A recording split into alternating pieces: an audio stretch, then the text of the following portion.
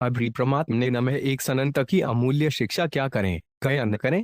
परम श्रद्धेय स्वामी जी श्री राम सुखदास जी महाराज के वचनों से संग्रहित त्वमेव माता च पिता त्वमेव बंधुएत सखा त्वमेव विद्या द्रविणं त्वमेव सर्वमं देव देव।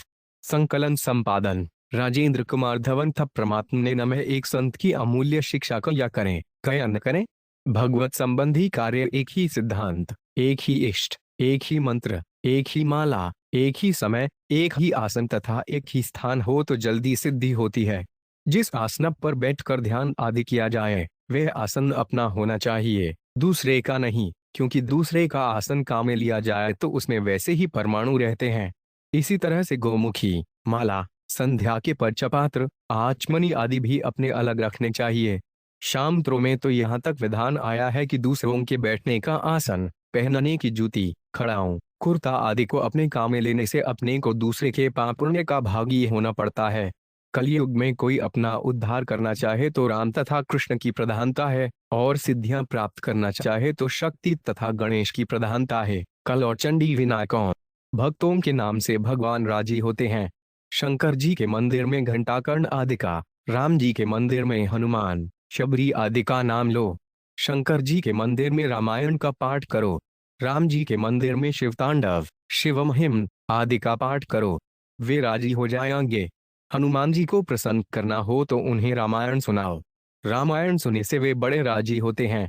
अपने कल्याण की इच्छा हो तो पंचमुखी अथवा वीर हनुमान की उपासना न करके दास हनुमान की उपासना करनी चाहिए। शिवजी का मंत्र रुद्राक्ष की माला से जपना चाहिए, तुलसी की माला से नहीं। हनुमान जी और गणेश जी को तुलसी नहीं चढ़ानी चाहिए। गणेश जी बाल रूप में हैं, अतः उन्हें लड्डू और लाल वस्त्र बड़े प्रिय लगते हैं। फूलाल सतोप दशमी विधा एकादशी त्याज्य होती है, पर गणेश चतुर्थी तृतीया विधा श्रेष्ठ होती है। फूलाल सतोप देवी की उपासना करने वाले पुरुष को कभी स्त्री पर क्रोध नहीं करना चाहिए।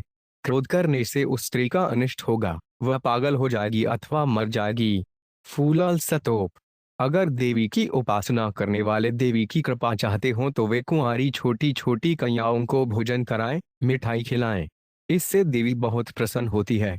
कौम यदि कोई नियम लेना चाहे तो प्रतिदिन गीता जी का एक अध्याय, रामायण के 9 दोहे और हनुमान चालीसा का एक पाठ करने का नियम तो लेना ही चाहिए।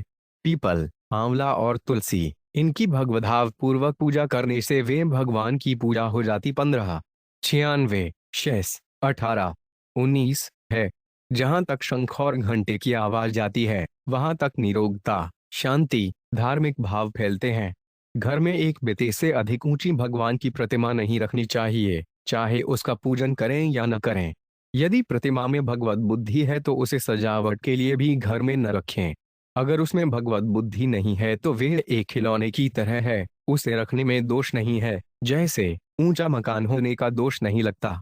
अगर घर में एक बेटे से अधिक बड़ी प्रतिमा हो तो उसे किसी मंदिर में पुजारी को दे देना चाहिए। मंदिर के भीतर स्थित प्राण प्रतिष्ठित मूर्ति के दर्शन का जो महात्म्य है वही महात्म्य मंदिर के शिखर के दर्शन का भी है। शिवलिंग पर चढ़ा पदार्थ ही निर्माल्य अर्थात त्याज्य है। ये जो पदार्थ शिवलिंग पर नहीं चढ़ा वह निर्माल्य नहीं है। 12 ज्योतिर्लिंगों पर चढ़ा पदार्थ भी निर्माल्य नहीं है। जिस मूर्ति की प्राण प्रतिष्ठा हुई हो उसी में सूतक लगता है, अतः उसकी पूजा ब्राह्मण से अथवा विवाहित बहन बेटी से करानी चाहिए। परंतु जिस मूर्ति की प्राण प्रतिष्ठा नहीं को गई हो उसमें सूतक नहीं लगता, कारण कि प्राण प्रतिष्ठा के बिना ठाकुर जी घर के सदस्य की तरह ही हैं, अतः उनका पूजन सूतक में भी किया जा सकता है। फूलाल सतोप घर में जो मूर्ति हो उसका चित्र अपने पास रखें। कभी बाहर जाना पड़े तो उस चित्र को पूजा करूं। किसी कारणवश मूर्ति खंडित हो जाए तो उस अवस्था में भी उस चित्र को ही पूजा करें। फूलाल सतोप घर में रखी ठाकुर जी की मूर्ति में प्राण प्रतिष्ठा नहीं करानी चाहिए। फूलाल सतोप उपासक भगवान की मूर्ति को तो स्नान करा सकता है पर चित्र को स्नान नहीं करा सकता, क्योंकि स्नान कराने से कागज गल जाएगा।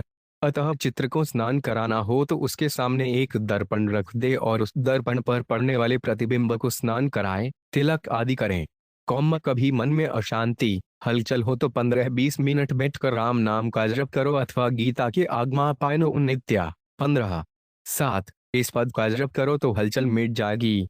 कोई आपत आ जाए तो 10-15 मिनट बैठकर नाम जप करो और प्रार्थना करो तो रक्षा हो जाएगी। सच्चे हृदय से की गई प्रार्थना से तत्काल लाभ होता है। नाम जप से बहुत रक्षा होती है। गोरखपुर में प्रति 12 वर्ष प्लेग आया करता था। भाई जी श्री हनुमान प्रसाद जी पोजर ने वहां 1 वर्ष तक अखंड नाम जप कराया तो फिर प्लेग नहीं आया। फूलल सतोप। कोई रात दिन राम राम करना शुरू कर दे तो उसके पास अन्न, जल, वस्त्र आदि की कमी नहीं रहेगी। कौम मुख से नाम जप करना और नाम लिखना, दोनों में नाम लिखना बढ़िया है। कारण कि लिखने में हाथ भी लग जाता है, नेत्र भी लग जाते हैं और मन भी लग जाता है। जितना मन लगेगा उतना साधन बढ़िया होगा। जितना आपका संबंध अधिक होगा उतनी उपासना तेज हो जाएगी। फूलल सतोप। प्रमद जी की तरह एक नामजप में लग जाए तो कोई जादू टोना, अभिचार, मूठ आदि काम नहीं करते। 29, 30, 21। रे हरे, रेड, रे 7, 35, रे 38, रे 9, रे राम रक्षा स्तोत्र, हनुमान चालीसा, सुंदर कांड का पाठ करने से अनिष्ट मंत्रों का, मारण मोहन आदि तांत्रिक प्रयोगों का असर नहीं होता, परंतु इसमें बलाबल काम करेगा। मुसलमान लोग पेशाब को बहुत ज्यादा अशुद्ध मानते हैं, अतः गोमूत्र पीने से अथवा स्वमूत्र या गोमूत्र छिड़कने से मुस्लिम तंत्र का प्रभाव कट जाता है। कार्य सिद्धि के लिए अपने इष्ट देव से प्रार्थना करना तो ठीक है, पर उन पर दबाव डालना, उनको शपथ या दुहाई देकर कार्य करने के लिए विवश करना, उनसे हट करना सर्वथा अनुचित है। उदाहरण के लिए बजरंग बाण में हनुमान जी पर ऐसा ही अनुचित दबाव डाला गया है, जैसे इन्हें मार तो ही शपथ राम की, सत्य हो हारे शपथ पह क्या जन कसुता हरिदास कहावाऊं, ताकि सप्त विलंब न लावन, उठ उठ चल उठ तो ही राम दुहाई। इस तरह दबाव डालने से इष्ट देव प्रसन्न नहीं होते, उल्टे नाराज होते हैं, जिसका पता बाद में लगता है। इसलिए मैं बजरंग बाण के पाठ के लिए मना किया करता हूँ। बजरंग बाण गोस्वामी तुलसीदास जी की रचना नहीं है, वे ऐसी रचना कर ही नहीं सकते। भगवान नाम का जप कीर्तन करने से अथवा करकोटक, दमयंती, नल और ऋतुपर्ण का नाम लेने से कलयुग असर नहीं करता। नल दमयंती की कथा कलयुग का प्रभाव दूर करने वाली है, इसलिए हर एक भाई बहन को नल दमयंती की कथा पढ़नी चाहिए। इससे बुद्धि शुद्ध होगी तथा कलयुग का असर नहीं होगा। श्री रामचरितमानस एक प्रसादिक ग्रंथ है, जिसको केवल वर्णमाला का ज्ञान हो, वह भी यदि अंगुली रखकर रामायण के 1-2 पाठ कर ले तो उसको पढ़ना आ जाएगा और वह अन्य पुस्तकें भी पढ़ना शुरू कर देगा। रामायण के 108 पाठ करने से भगवान के साथ विशेष संबंध जुड़ता है। रामायण का नवाहन पारायण आरंभ करने के बाद सुआसु तक हो जाए तो कोई दोष नहीं लगता। कमर दर्द आदि के कारण कोई लेटकर पाठ करना चाहे तो कर सकता है। भाव का मूल्य है, भाव पाठ में रहना चाहिए, शरीर चाहे जैसे रहे। शरीर नाशवान का क्या मूल्य है।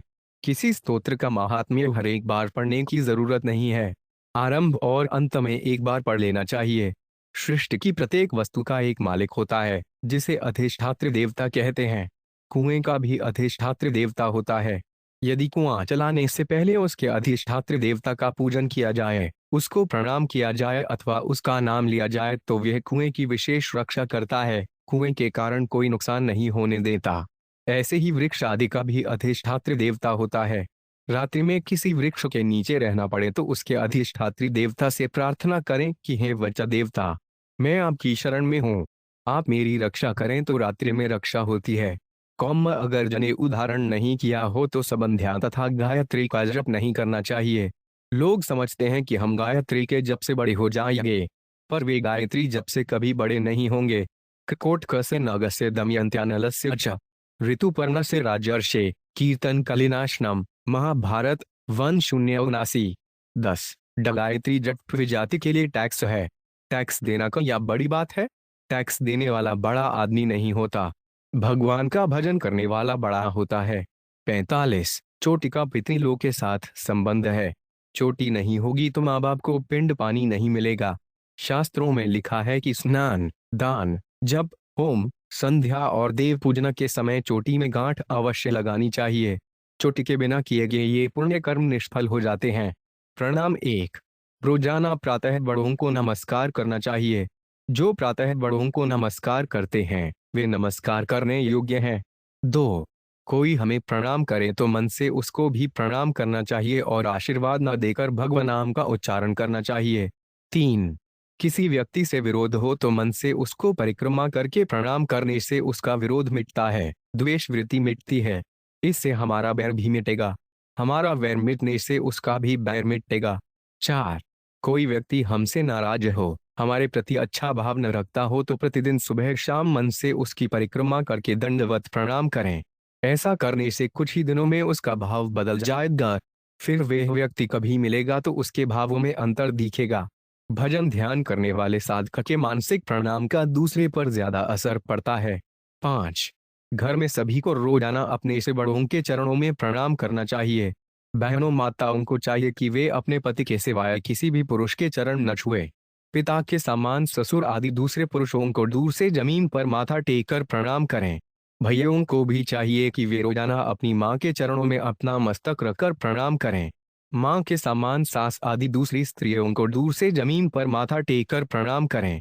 पुरुष दूसरी स्त्री को स्पर्श न करे तो उसका तेज बढ़ता है, ब्रह्मचर्य बढ़ता है, शक्ति बढ़ती है, भजन बढ़ता है, शांति बढ़ती है और सब तरह से लाभ होता है। प्रातःकाल के कार्य 1. शौचालय की छत का कुछ अंश इतना खुला रखना चाहिए जिसमें से आकाश दिख सके।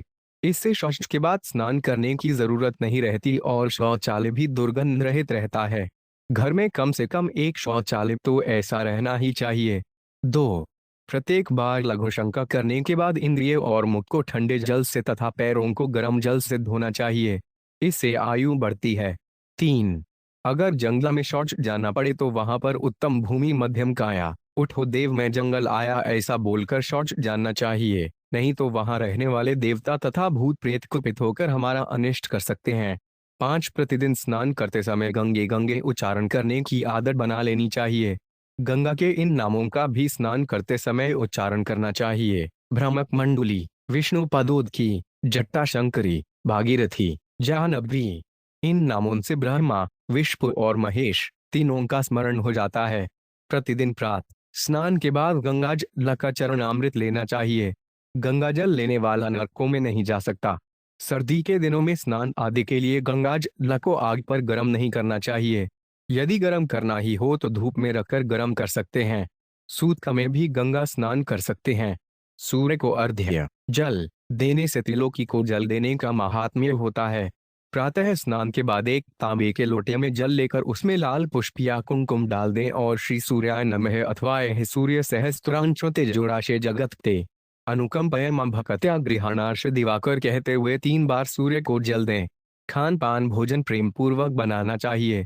प्रेम पूर्वक भाव पूर्वक बनाई हुई रसोई 3-4-5 दिन तक खराब नहीं होती, सड़ती नहीं, जबकि दूसरी सड़ जाती है। एक बार मुझे खांसी जुकाम हो रखा था। एक भाई दही लेकर आया और लेने के लिए आग्रह करने लगा कि यह तो मैं आपके लिए ही लाया हूँ। मैंने पूछा कि क्या तुमने पूरा विचार कर लिया है? उसने कहा कि हाँ, पूरा विचार कर लिया है। मैंने दही लेकर खा लिया तो मेरी खांसी मिट गई। प्रेम पूर्वक दी हुई जड़ चीज में भी चेतनता, विलक्षणता आ जाती है। सूर्यास्त के बाद दही और उड़द नहीं खाना चाहिए। इनको खाने से बुद्धि स्थूल तथा क्षीण होती है। रात का जमाया हुआ दही ही काम में लेना चाहिए। दिन का जमा दही नहीं खाना चाहिए। अंकुरित अन्न नहीं खाना चाहिए, कारण कि गेहूं, बाजरा, चना आदि में भी प्राण रहते हैं पर सुप्त रूप से रहते हैं। उनको पानी में भिगोया जाए तो 1-2 दिन में अंकुर निकल आते हैं। यह प्राणों के जागृत होने से होता है। प्राण शक्ति जागृत होने के कारण उनमें बढ़ने की क्रिया आरंभ हो जाती है, इसलिए उनको खाने में हिंसा होती है।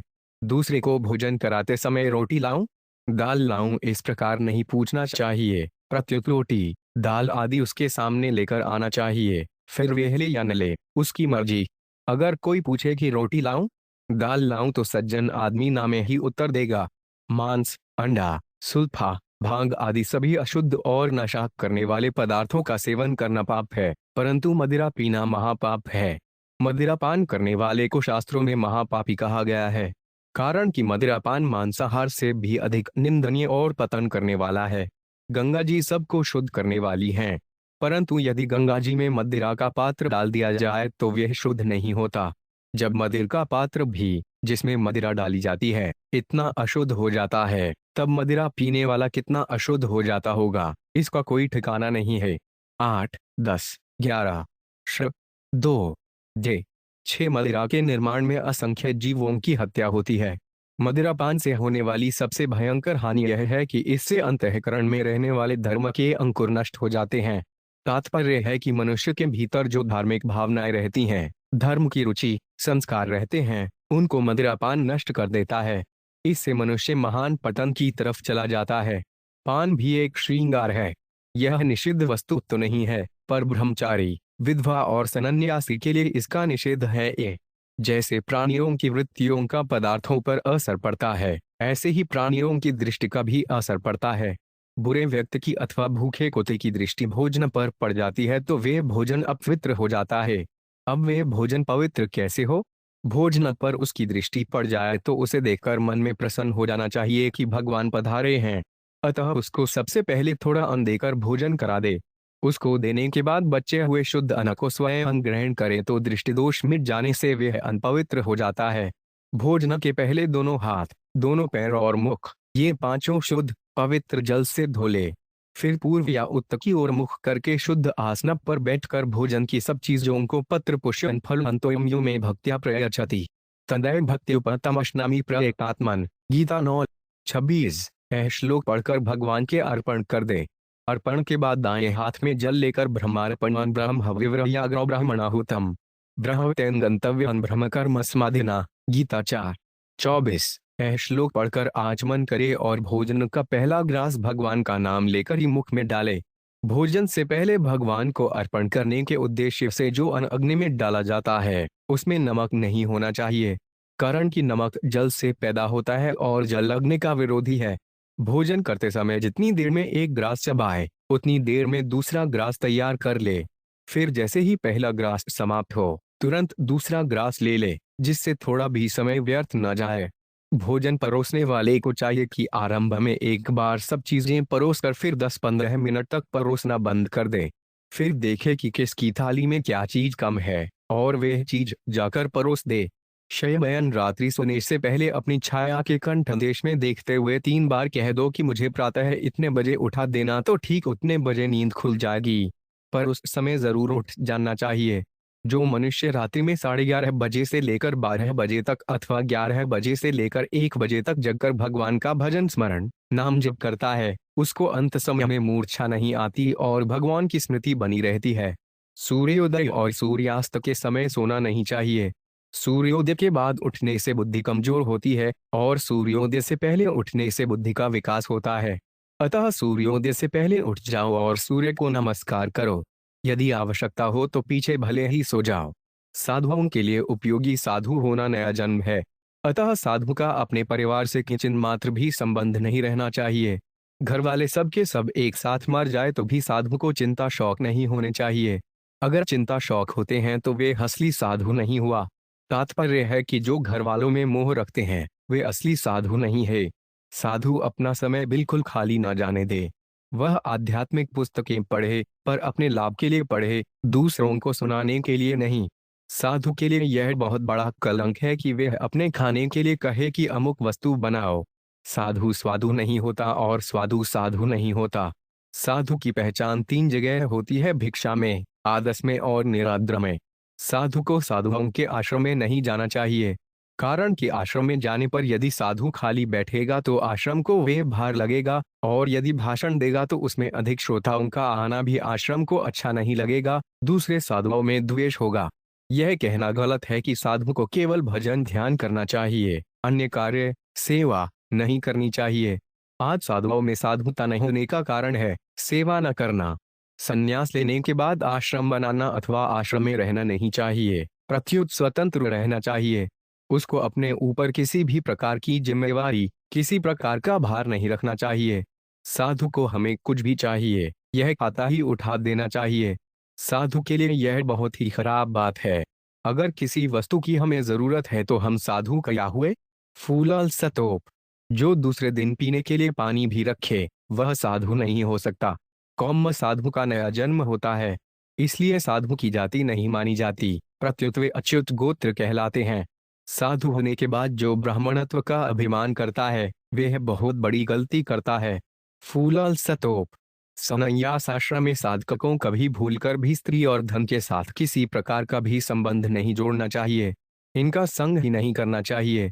कौम साधु यदि स्त्री और पैसा इन दो का स्पर्श न करे तो उसका तेज बढ़ता है। कौम पैसा रखना और परोपकार के कार्य, अस्पताल, अन्न क्षेत्र आदि पुण्य कर्म करना साधुओं का काम है ही नहीं। यह काम गृहस्थों का है। फूलाल सतोप। गीता प्रेस गोरखपुर के संस्थापक श्री जदयाल जी गोयंदका कहते थे कि आजकल के जमाने में धन और स्त्री इन दो की तरफ जिसकी वृत्ति नहीं है, ऐसे कन्नकामिनी के त्यागी साधु को महात्मा मानना चाहिए। उसको तत्व ज्ञान नहीं हुआ तो भी उसका जीवन मुक्त महात्मा के समान आदर करना चाहिए। 16, 10, 11 श्र 8 मैंने बचपन में साधुओं के तथा गृहस्थों के भी जूठे बर्तन साफ किए हैं। इससे मुझे लाभ हुआ है। जूठे बर्तन साफ करने से अंतःकरण बहुत शुद्ध होता है। जितना नीचा काम किया जाए उतनी ऊंची सेवा होती है और उतना ही अधिक अंतःकरण शुद्ध होता है। गृहस्थ के लिए उपयोगी गृहस्थ हो या साधु, हर एक काम में यह सावधानी रखनी चाहिए कि समय और वस्तु कम से कम खर्च हो। घर में कुत्ता नहीं रखना चाहिए, कारण कि कुत्ता महान अशुद्ध अपवित्र होता है। उसके खान पान से, स्पर्शश, जगह जगह बैठने से अपने खान पान में, रहन सहन में अशुद्धि, अपवित्रता आती है। अपवित्रता का फल भी अपवित्र, नरक आदि ही होता है। मकान बनाने से बहुत हिंसा होती है। जीव जंतु, कीड़े मकोड़े, गिलहरी आदि सब खुला फिरते हैं। मकान बनाकर उन बेचारों की स्वतंत्रता में, उनके आवागमन में तथा उनके रहने में बाधा लगा देते हैं, जो बड़ा भारी पाप है। इसलिए नए मकान की प्रतिष्ठा का भोजन नहीं करना चाहिए, अन्यथा दोष लगता है। मकान में पीपल का पौधा लगा हो तो उसको काटना नहीं चाहिए, प्रत्युत जड़ सहित उखाड़ कर दूसरी सुरक्षित जगह पर लगा देना चाहिए। जहां तक हो सके डॉक्टर, वकील और ड्राइवर नहीं बनना चाहिए, कारण कि डॉक्टर की पढ़ाई करने में हिंसा करनी पड़ती है, वकील बने पर झूठ बोलना पड़ता है और ड्राइवर बने पर गाड़ी के पहियों के नीचे आकर असंख्य जीव जंतुओं की हिंसा होती है।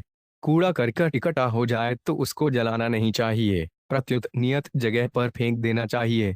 उसको जलाने से सैकड़ों जीवों की हत्या होती है। सत्संग, तीर्थ आदि में जाएं तो वहां कितना खर्चा हुआ इसका हिसाब नहीं रखना चाहिए, कारण कि जब वहां दोबारा जाने का मौका आएगा तब पहले गए तो इतना खर्चा हुआ इस तरफ ख्याल जाएगा तो वहां जाने में बाधा लग जाएगी। अच्छा विद्वान ब्राह्मण मिल जाए तो चाहे कोई समय हो, कोई स्थान हो, उससे पितरों को श्राद्ध तर्पण करा देना चाहिए। संत महात्माओं के आसन पर नहीं बैठना चाहिए, क्योंकि उनके आसन, कपड़े आदि को पैर से छूना भी उनका निरादर करना है, अपराध करना है। अन्न, जल, वस्त्र और औषध, इन चारों के दान में पात्र कुपात्र आदि का विशेष विचार नहीं करना चाहिए। इनमें केवल दूसरे की आवश्यकता को ही देखना चाहिए। कर्जदार व्यक्ति को दान पुण्य करने का अधिकार नहीं है, इसलिए पहले कर्जा चुकाना चाहिए।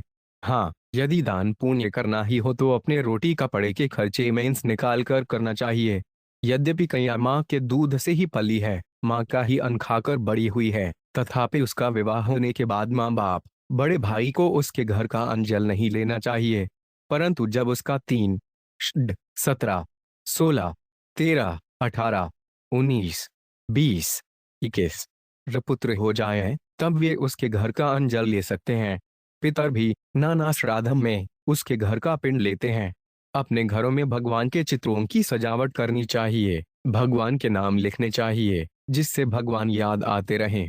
पत्नी को पति का शासन और पति को पत्नी का शासन स्वीकार करना चाहिए, अर्थात दोनों को एक दूसरे के शासन में रहना चाहिए। घर में महाभारत अथवा गरुड़ पुराण रखने में कोई दोष नहीं है। महाभारत को पढ़ने से कोई हानि नहीं होती। अमावस्या, पूर्णिमा आदि के दिन महाभारत को पढ़ने का विशेष महात्म्य बताया गया है। अगर मन में वहम हो तो पहले शांति पर्व और अनुशासन पर्व पढ़ो, फिर शुरू से महाभारत पढ़ो। तू कर कहने से काम धंधा ज्यादा हो जाएगा और आदमी कम हो जाएंगे, जिससे नौकर रखना पड़ेगा। पर मैं करूं कहने से काम धंधा कम हो जाएगा और आदमी ज्यादा हो जाएंगे। तू कर कहने से लड़ाई हो जाएगी और मैं करूं कहने से लड़ाई मिट जाएगी। कन्या लक्ष्मी रूप होती है, इसलिए कन्या का तिरस्कार, अपमान नहीं करना चाहिए। जैसे ब्राह्मण को भोजन कराने से पुण्य होता है, ऐसे ही कन्या को भी भोजन कराने का पुण्य होता है।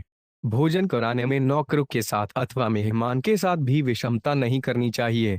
घर में प्रेम पूर्वक रहना चाहिए। जिस घर में कलह, लड़ाई झगड़ा होता है, वह घर कलयुग का स्थान बन जाता है।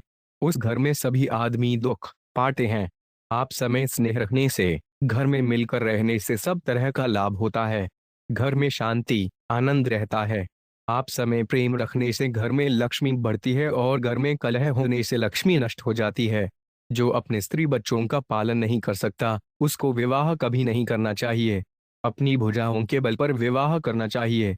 यदि अपनी स्त्री और बच्चों का पालन करने की शक्ति नहीं है तो विवाह करने का कोई अधिकार नहीं है। दूसरा मेरी सहायता करे, यह आशा बिल्कुल नहीं रखनी चाहिए।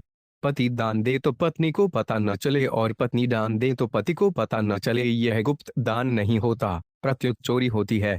गुप्त दान तो वह होता है कि दान लेने वाले को पता न चले कि कहां से आया। घर वालों से छिपा कर देना चोरी है, जिसका दंड होगा। स्त्रियों के लिए उपयोगी कन्याएं प्रतिदिन सुबह शाम 7 बार सीता माता और कुंती माता नामों का उच्चारण करें तो वे पतिव्रता होती हैं। विवाह से पहले लड़के लड़की का मिलना व्यभिचार है। इसको मैं बड़ा पाप मानता हूँ। माताएं बहनें अशुद्ध अवस्था में मासिक धर्म के समय भी राम नाम लिख सकती हैं, पर गीता 5, 9, 10, 11, 12, श्र 1, 0 रामायण आदि का पाठ बिना पुस्तक के करना चाहिए। यदि आवश्यक हो तो उन दिनों के लिए अलग पुस्तक रख लेनी चाहिए।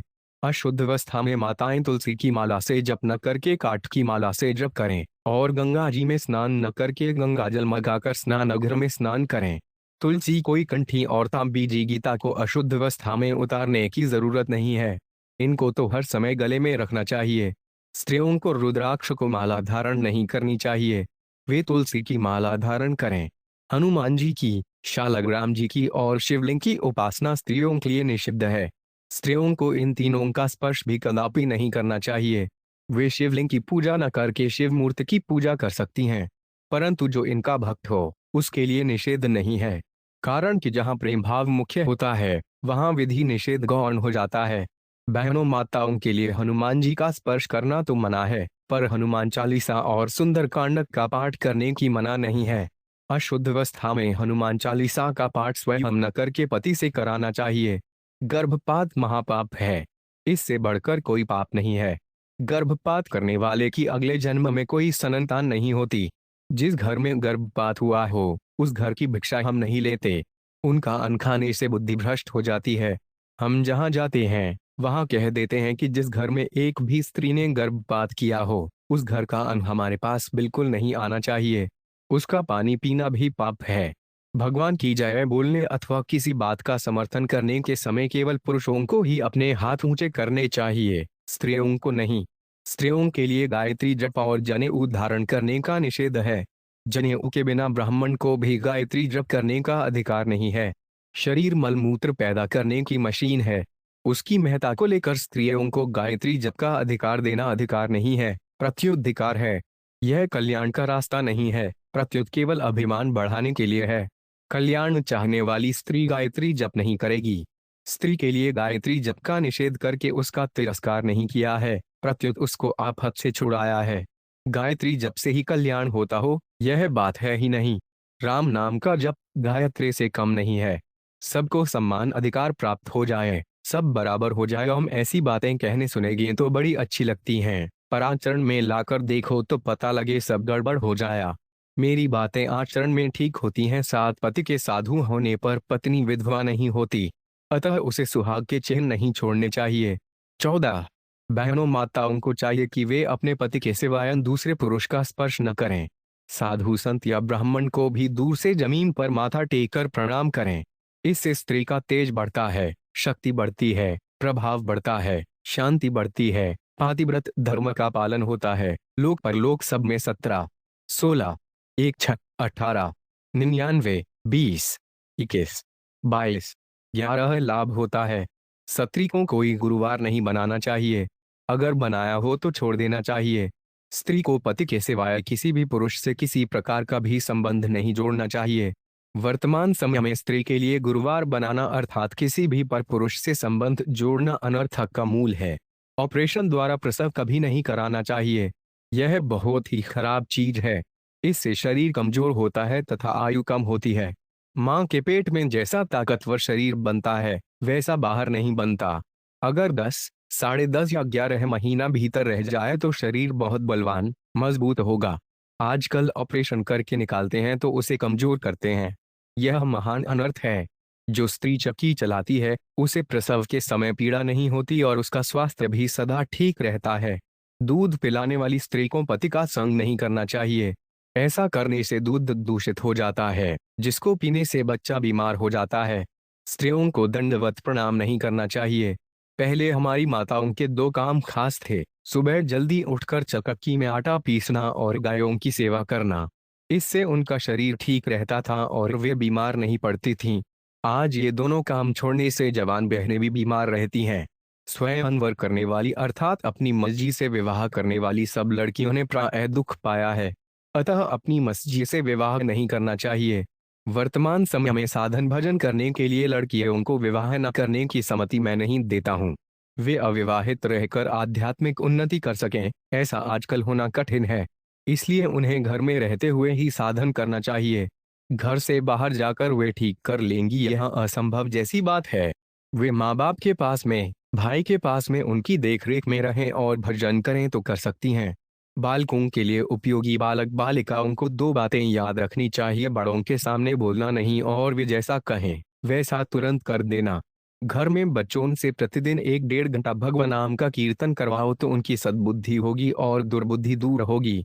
छोटे गरीब बच्चों को मिठाई, खिलौने आदि देकर राजी करने से बहुत लाभ होता है और शोक चिंता मिटते हैं, कष्ट दूर होता है। इसमें इतनी शक्ति है कि आपका भाग्य बदल सकता है। जिनका हृदय कठोर हो, वे यदि छोटे छोटे गरीब बच्चों को मिठाई खिलाएं और उन्हें खाते हुए देखें तो उनका हृदय इतना नरम हो जाएगा कि एक दिन वे रो पड़ेंगे। 5-11 बालकों को ईसाई स्कूल में कभी नहीं पढ़ाना चाहिए। आप लोग बालकों को ईसाइयों के स्कूल में भेजते हो, जिससे वे भीतर से ईसाई बन जाते हैं। अतः आप लोग अपने स्कूल बनाओ और उसमें बालकों को अपने धर्म की, गीता रामायण की शिक्षा दो। उसमें अच्छे शिक्षकों को रखो। आपके बालक ठीक होंगे, तभी देश की उन्नति होगी। रामायण का पाठ करने से बुद्धि विकसित होती है। रामायण का नवाहन पाठ करने वाला विद्यार्थी परीक्षा में कभी फेल नहीं होता। पति पत्नी में परस्पर कलह होता हो तो उस समय बच्चों को माँ का पक्ष लेना चाहिए, नहीं तो चुप रहना चाहिए।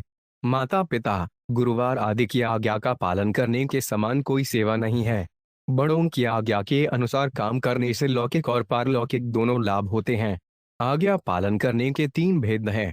1 नंबर की बात यह है कि आज्ञा मिले कि अमुक काम करना है तो चट उठकर वह काम कर दे।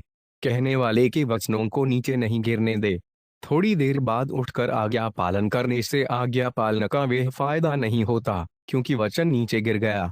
इसलिए आज्ञा पालन में देर करना 2 नंबर की बात है।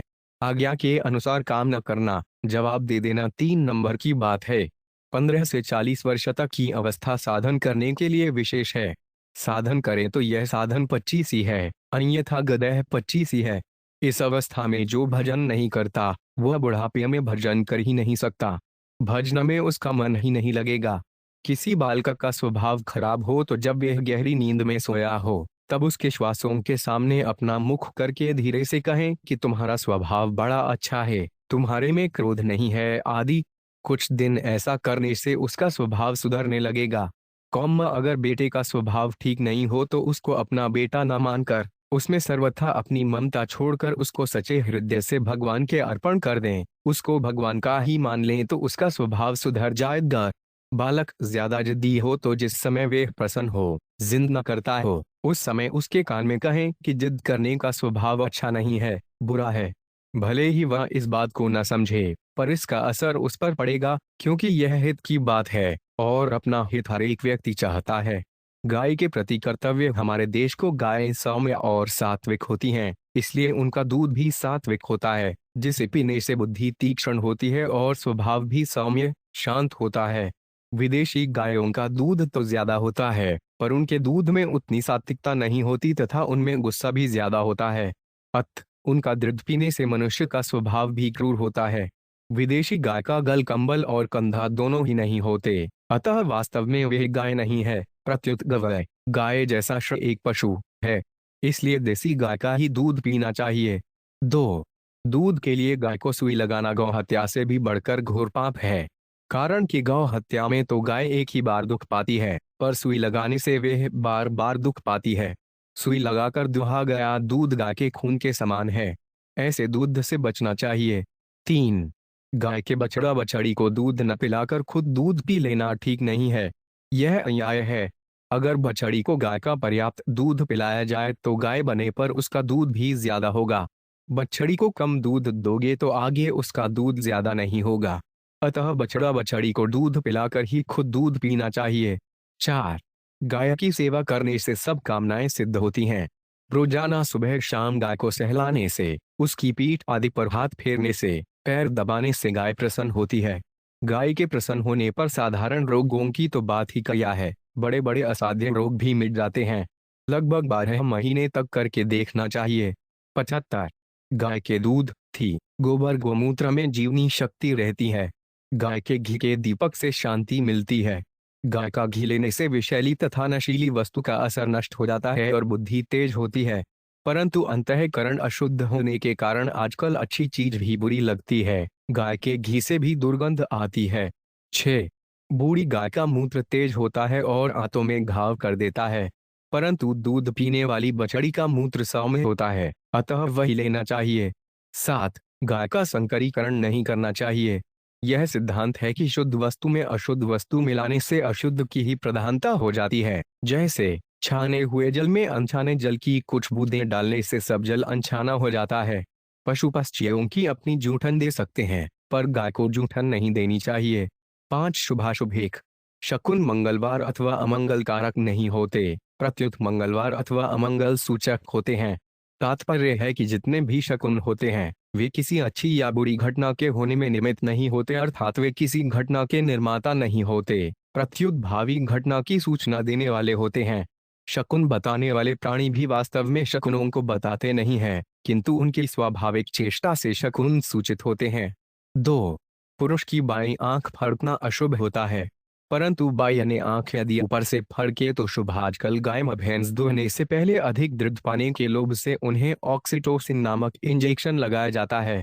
इस खतरनाक रसायन का कुछ अंश दूध में भी आ जाता है, जिसके परिणाम स्वरूप विकलांगता, मंदबुद्धि, हृदय, जिगर, गुर्दे और पेट की बीमारियां तथा अनेक स्त्री रोग पैदा होते हैं। यह बात अनेक समाचार माध्यमों से भी प्रकट हो चुकी है। डाउन होती है और नीचे से फड़के तो अशुभ होती है। कान की तरफ वाला कोना फड़के तो अशुभ होता है और नाक की तरफ वाला कोना फड़के तो शुभ होता है। 3. मंगलवार को नया वस्त्र नापना, सिलना तथा पहनना नहीं चाहिए। 4. कहीं जाते समय रास्ते में गाय आ जाए तो उसे अपनी दाहिनी तरफ करके निकलना चाहिए। दाहिनी तरफ करने से उसकी परिक्रमा हो जाती है। 75. एक दूसरे के विपरीत दिशा में लिखे गए वाक्य अशुभ होते हैं, इनको झुंझारू वाक्य कहते हैं। 6. कमीज, कुर्ते आदि में बायां भाग, बटन लगाने का फीता आदि ऊपर नहीं आना चाहिए। हिंदू संस्कृति के अनुसार वस्त्र का दाहिना भाग ऊपर और बायां भाग नीचे आना चाहिए। 7. मंगलवार भूमि का पुत्र है, अतः मंगलवार को भूमि नहीं खोदनी चाहिए, अन्यथा अनिष्ट होता है। 8. कहीं स्वर्ण पड़ा हुआ मिल जाए तो उसको कभी उठाना नहीं चाहिए। 9. यदि बुखार हो तो छींक नहीं आती, छींक आ जाए तो समझो बुखार गया। छींक आना बीमारी के जाने का शुभ शकुन है। रोग और आरोग्य। 1. विदेशी लोग दवा पर जोर देते हैं, पर हम पथ्य पर जोर देते हैं। 2. कुपथ्य का त्याग और पथ्य का सेवन करना तथा संयम से रहना, ये तीनों बातें दवाइयों से भी बढ़कर रोग दूर करने वाली हैं। 3. जहां तक हो सके किसी भी रोग में ऑपरेशन नहीं कराना चाहिए, दवाओं से चिकित्सा करनी चाहिए। ऑपरेशन कराने से शरीर की हानि होती है, कमजोरी आती है और आयु कम होती है। 4. एक ही दवा लंबे समय तक नहीं लेनी चाहिए, बीच में कुछ दिन उसे छोड़ देना चाहिए।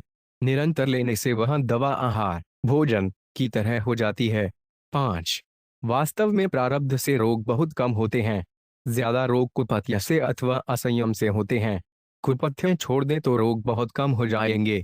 ऐसे ही प्रारब्ध से दुख बहुत कम होता है। ज्यादा दुख मूर्खता से, राग द्वेष से, खराब स्वभाव से होता है। 6. चिंता से कई रोग होते हैं, कोई रोग हो तो वह चिंता से बढ़ता है, चिंता न करने से रोग जल्दी ठीक होता है। 7. जो रोगों के कारण दुखी, अप्रसन्न रहता है, उस पर रोग ज्यादा असर करते हैं। परंतु जो भजन स्मरण करता है, संयम से रहता है, प्रसन्न रहता है, उस पर रोग ज्यादा असर नहीं करते। चित्त को शशे सति गद्दातंस्थ किमौषध निषेवने पशत्थेर सत्ति गद्दातस्य किमौषध निषेवण वैद्य जीवनम 6:10। पथ्य से रहने पर रोगी व्यक्ति को औषध सेवन से क्या प्रयोजन, और पथ्य से न रहने पर रोगी व्यक्ति को औषध सेवन से क्या प्रयोजन। 10:11। प्रसन्नता से उसके रोग नष्ट हो जाते हैं। वो औषध से लाभ नहीं हो तो भगवान को पुकारना चाहिए। एकांत में बैठकर कातर भाव से रोकर भगवान से प्रार्थना करें तो जो काम औषध से नहीं होता वे प्रार्थना से हो जाता है। मंत्रों में, अनुष्ठानों में उतनी शक्ति नहीं है जितनी शक्ति प्रार्थना में है। प्रार्थना आज अब से भी तेज है। कुपथ्य जय रोग दवाई से मिट सकता है, परंतु प्रारब्ध जय रोग दवाई से नहीं मिटता। महामृत्युजय आदि का जप और यज्ञ आदि अनुष्ठान करने से प्रारब्ध जन्य रोग भी कट सकता है, अगर अनुष्ठान प्रबल हो तो। बच्चों को तथा बड़ों को भी नजर लग जाती है। नजर किसी किसी की ही लगती है, सबकी नहीं। कईयों की दृष्टि में जन्मजात दोष होता है और कई जानबूझकर भी नजर लगा देते हैं। नजर उतारने के ये उपाय हैं: क साबत लाल मिर्च और नमक व्यक्ति के सिर पर घुमाकर अग्नि में जला दें। नजर लगी होगी तो गंध नहीं आएगी। ख दाहिने हाथ की मध्यमा अनामिका अंगुलियों को हथेली की तरफ मोड़कर तर्जनी और कनिष्ठा अंगुलियों को परस्पर मिला लें और व्यक्ति के सिर से पैर तक झाड़ा दें, परंतु ये दोनों अंगुलियां सबकी नहीं मिलती। ग जिसकी नजर लगी हो वे उस व्यक्ति को थू थू थू कर दें तो भी नजर उतर जाती है। जो गर्मी के दिनों में गर्मी सह लेते हैं उनको सर्दी के दिनों में सर्दी नहीं सताती, और जो सर्दी के दिनों में सर्दी सह लेते हैं उनको गर्मी के दिनों में गर्मी नहीं सताती। कारण कि जो गर्मी को सहता है वही सर्दी को सह सकता है, और जो सर्दी को सहता है वही गर्मी को सह सकता है। अतः गर्मी के दिनों में गर्मी और सर्दी के दिनों में सर्दी सहने से दोनों का असर नहीं पड़ता, शरीर मजबूत हो जाता है। रोगी के प्रति कर्तव्य: रोगी व्यक्ति को भगवान का स्मरण कराना सबसे बड़ी और सच्ची सेवा है। यदि रोगी व्यक्ति कुछ भी खा पी न सके तो गेहूं आदि को अग्नि में डालकर उसका धुआं देना चाहिए। उस धुएं से रोगी को पुष्टि मिल जाएगी। भगवत नाम अशुद्ध अवस्था में भी लेना चाहिए, कारण कि बीमारी में प्राय अशुद्धि रहती है। यदि नाम लिए बिना मर गए तो क्या दशा होगी?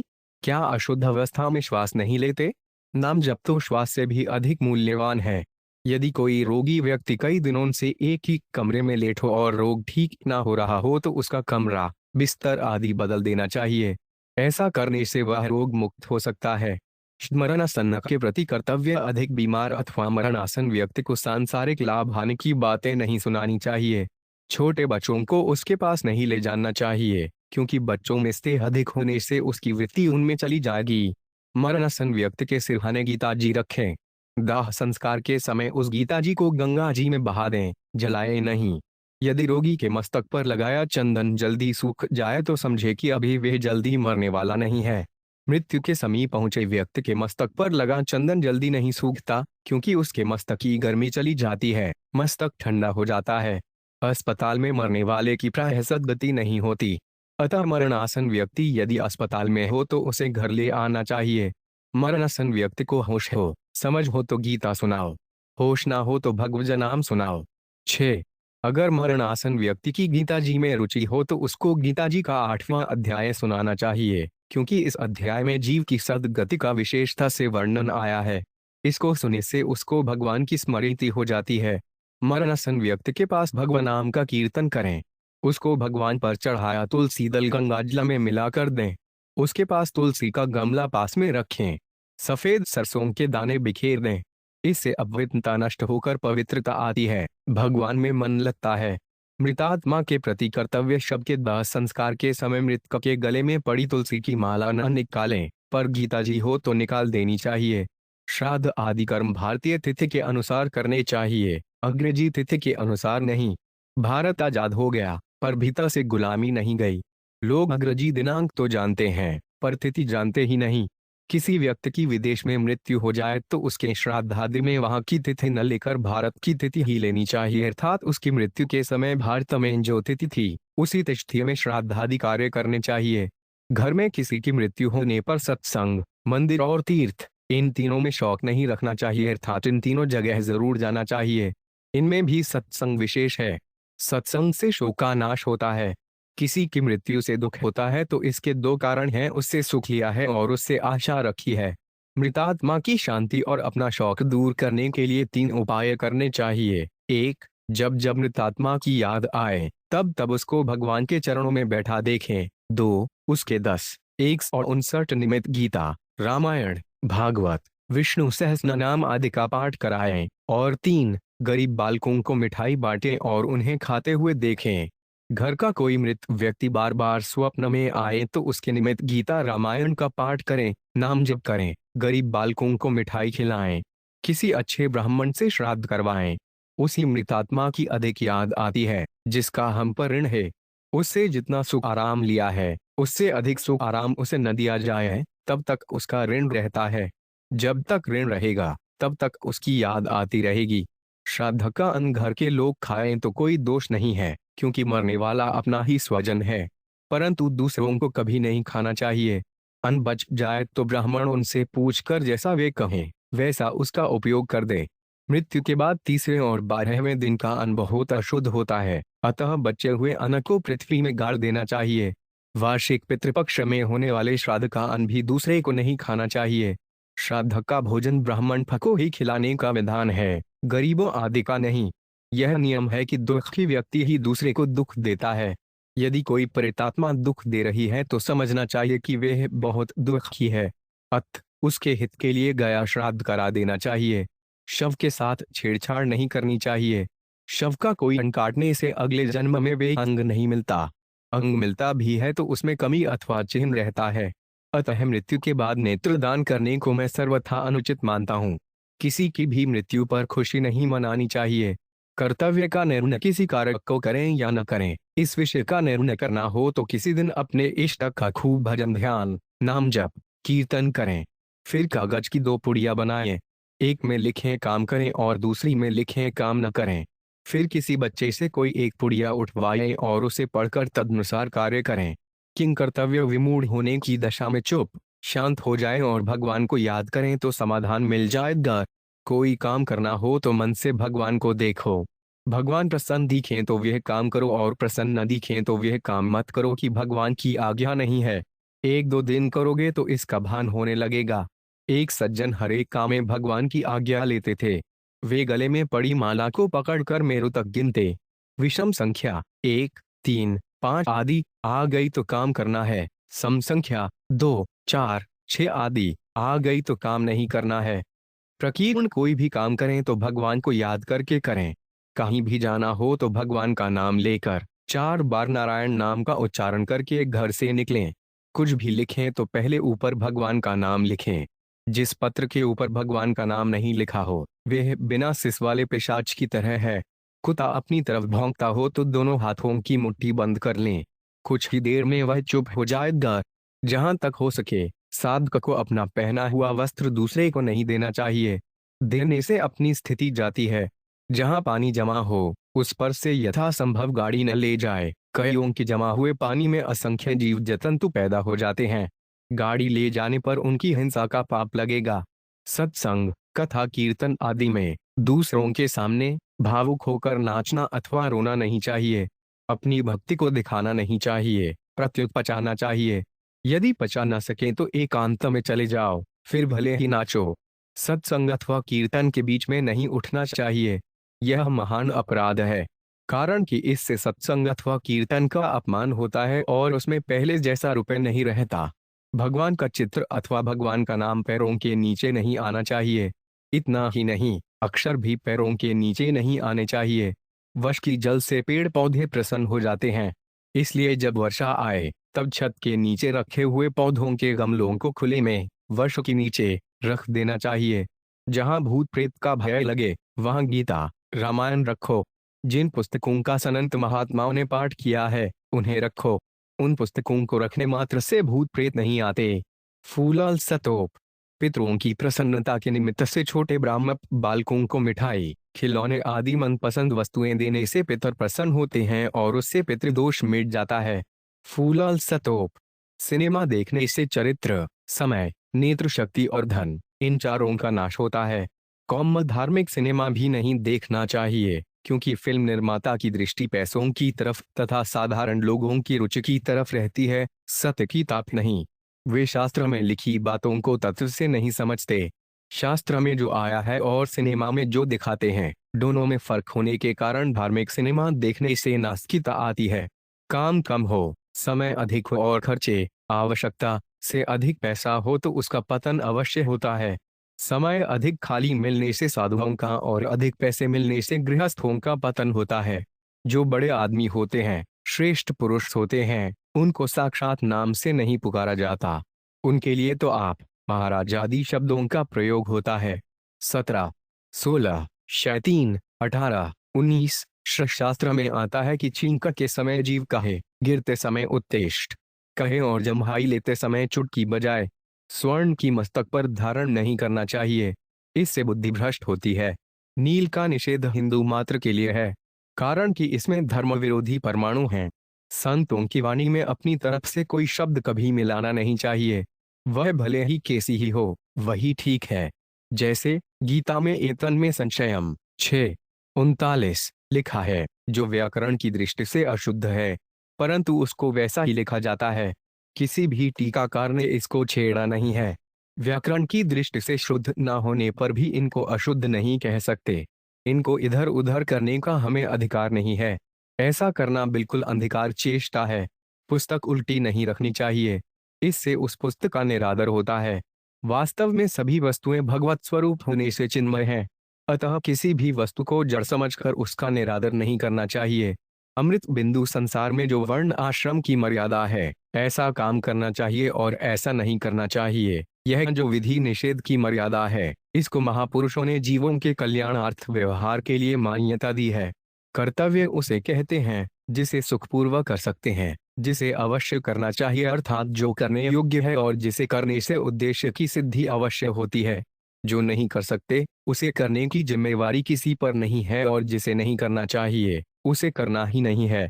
जिसे नहीं करना चाहिए, उसे न करने से दो अवस्थाएं अवश्य आती हैं, निर्विकल्प अवस्था अर्थात कुछ न करना अथवा जिसे करना चाहिए, उसे करना। कर्तव्य का अर्थ होता है अपने स्वार्थ का त्याग करके दूसरों का हित करना अर्थात दूसरों की उस शास्त्र विहित या युक्त मांग को पूरा करना, जिसे पूरा करने की सामर्थ्य हमारे में है। इस प्रकार कर्तव्य का संबंध परहित से है। कर्तव्य का पालन करने में सब स्वतंत्र और समर्थ हैं, कोई पराधीन और असमर्थ नहीं है। हाँ, प्रमाद और आलस्य के कारण अकर्तव्य करने का बुरा अभ्यास आदत हो जाने से तथा फल की इच्छा रहने से ही वर्तमान में कर्तव्य पालन कठिन मालूम देता है, अन्यथा कर्तव्य पालन के समान सुगम कुछ नहीं है। मनुष्य प्रत्येक परिस्थिति में स्वतंत्रता पूर्वक कर्तव्य का पालन कर सकता है। कोई भी काम करना हो तो वेद धर्म को सामने रखकर ही करना चाहिए। प्रत्येक कार्य सबके हित की दृष्टि से ही करना चाहिए, केवल अपने सुख आराम की दृष्टि से नहीं। 10, 11, 19, 53, 17, 17, 18 0 जिसमें अपने सुख की इच्छा का त्याग करके दूसरे को सुख पहुंचाया जाए और जिसमें अपना भी हित हो तथा दूसरे का भी हित हो, वे कर्तव्य कहलाता है। दूसरों के हित में ही अपना हित है, दूसरों के हित से अपना हित अलग मानना ही गलती है। इसलिए लौकिक तथा शास्त्रीय जो कर्म किए जाए, वे सब के सब लोक हितार्थ होने चाहिए। वर्तमान समय में घरों में, समाज में जो अशांति, कलह, संघर्ष देखने में आ रहा है, उसमें मूल कारण यही है कि लोग अपने अधिकार की मांग तो करते हैं, पर अपने कर्तव्य का पालन नहीं करते। जैसे शरीर का एक भी पीड़ित, रोगी अंग ठीक होने पर संपूर्ण शरीर का स्वतः हित होता है, ऐसे ही अपने कर्तव्य का ठीक ठीक पालन करने वाले मनुष्य के द्वारा संपूर्ण सृष्टि का स्वतः हित होता है। जहाँ निष्काम भाव से कर्तव्य कर्म का पालन किया जाता है, वहाँ परमात्मा रहते हैं। अत परमात्मा प्राप्ति चाहने वाले मनुष्य अपने कर्तव्य कर्मों के द्वारा उन्हें सुगमता पूर्वक प्राप्त कर सकते हैं। जब व्यक्ति कामना, ममता, आसक्ति और अहंता का त्याग करके अपने कर्तव्य का पालन करता है, तब उससे संपूर्ण सृष्टि में स्वतः सुख पहुंचता है।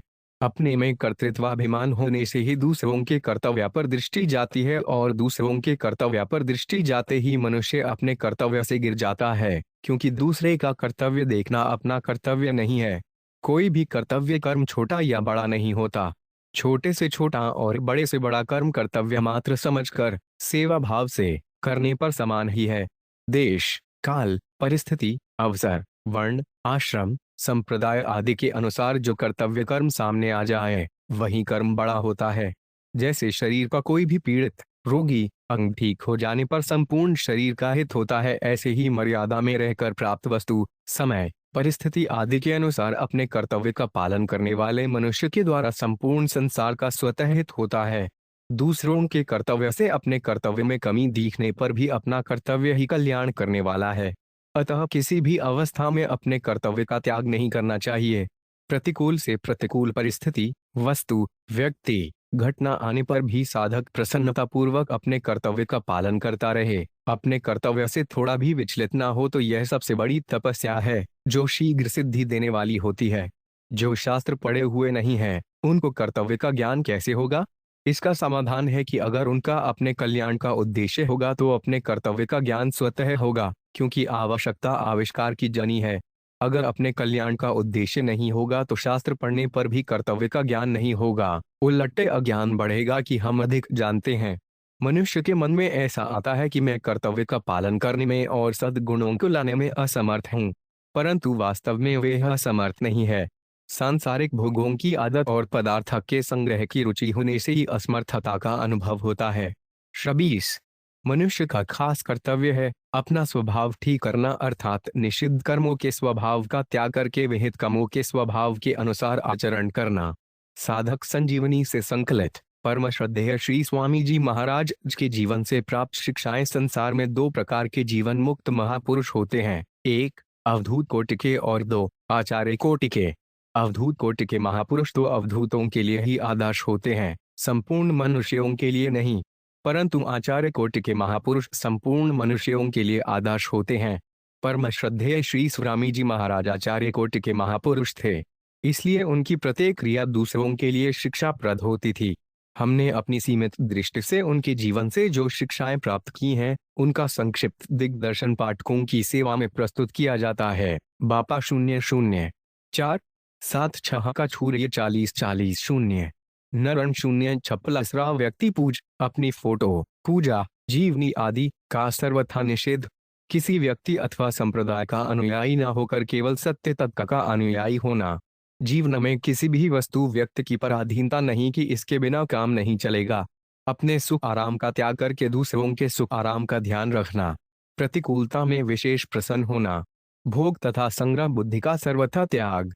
सात्विक वस्तुओं के संरक्षण संवर्धन की विशेष चेष्टा करना। अन्न, जल, औषधादि में पूर्णतः शुद्धि तथा सात्विकता का ध्यान रखना। केवल देसी गाय का दूध, घी आदि ही ग्रहण करना।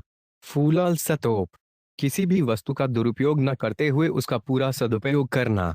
फूल सतोप अंजल वस्त्र को कम से कम खर्च करना। कौम समय की प्रतिबद्धता। फूल सतोप थोड़ा भी समय निरर्थक न जाए, इसका विशेष ध्यान रखना। किसी भी आवश्यक कार्य को फिर करेंगे, इस प्रकार भविष्य के लिए न छोड़ना। कौम कंचन कामिनी का सर्वथा त्याग। स्वयं अमानी रहते हुए सबको सम्मान देना। अपना आग्रह न रखकर दूसरे की बात का आदर करना। फूल सतोप दूसरे के कल्याण के सिवाय किसी से कोई मतलब न रखना। फूल सतोप किसी से कुछ भी न मांगना। फूल सतोप आज्ञा न देने का स्वभाव।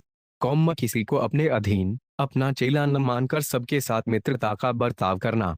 फूल सतोप अपनी वाणी का, वचनों का विशेष ध्यान रखना। फूल सतोप 24 घंटे सजग सावधान रहना। जाया जब कलतल की छिखस्ताले ए सोगवस में ज्वाहु उछे से उक्तिस योपे रस्ते अब छा उल्शा नदी छे वज्वलों कंतस के जहु उछिस पुक्ति टिबिस दे झीक्षो शासे एहले अर्श जा ऑल बजे टिबिस देशी से उल्फीबला तस्का जावदा आया धवदर कगरते ही वजेस विशिल विलेश जंतब के टिली से जुवाल वछुनस्य क्लेजियो जब रिष्प्रंता का कपाल्याण पंच बलाहरते हर विच देशी सलोशोस पे एलेस्ता सलविशी कलतविले यक्षीच देखला जा तकता डल क्यों ओम्बल की स्वेज प्यंते च कालिया स्नान के स्चे झस्यस्त्रे कार्य करते छिक्वक्षति लिविच दे झी सलोशा हक था तकेल को स्यांत तेज वगेली यक ख्यात कच्छक तटीक छे व्रेक्यो हक्तलातोल को उजांत तलते की कच्छक्षी सैव्या तो जरच्छी जयुलती ब्योव की खसवोज क्ले जल जिन्स का घपिया क्या वाद ये वकू से छक्को ताकले ख्वातोल को आयान तलतेल वालने स्तेबीलस्य प्रणता जाव्याक्तों क्षे आपरस्य सशक्षे स्वासी जी सराम सस्य स्वच्छ दास जी संपकला राज